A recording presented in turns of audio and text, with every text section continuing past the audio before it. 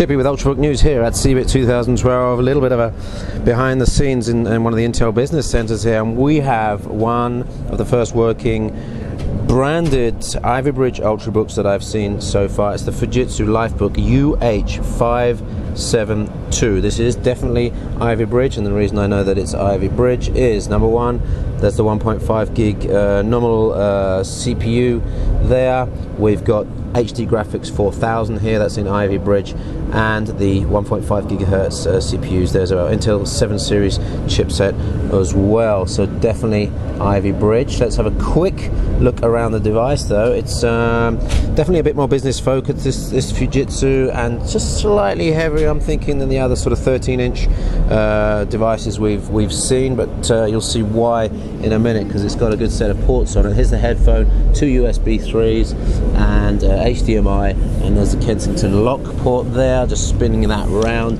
And here we've got power, USB 2, we've got a, he's looking carefully to see what that is. It's a SIM card slot, so 3G capability on this one, and then we've got SD card slot there. I'm actually looking now for the VGA or the anything else that we've got here. Ethernet out though, there's no VGA, there's no mini display port, just the HDMI on this one. So nice touchpad, integrated button into the actual pad itself, feels okay. Nice velvety touch on that one. Keyboard, looking for backlight on the keyboard. I don't see that here. I'm looking for a backlight button. No, there's no backlight on this keyboard. This is a Core i. It's got Core i3 written on there, so interesting when you think Core i3 and the 1.5 gigahertz CPU, nominal CPU up to 2 gigahertz.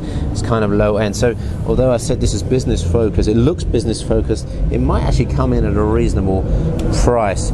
There's the back of it there. It's a metal finish there, slightly matte with the Fujitsu logo. And then on the underside, kind of interesting, you've actually got that removable panel there. So this, I don't know if this is hard drive or SSD, we'll have a look in a minute, but if you need to do any upgrades on memory or hard drive or even Wi-Fi or 3G module, you've got your options there. What was I going to do? I was going to just check to see what we've got in terms of storage on this one, to see whether it's a SSD. Yeah, well, it could be an SSD. It's actually difficult to tell. Let's have a quick look at the system properties, the device manager, and the disk drive, and could be a 256. Yes, SanDisk.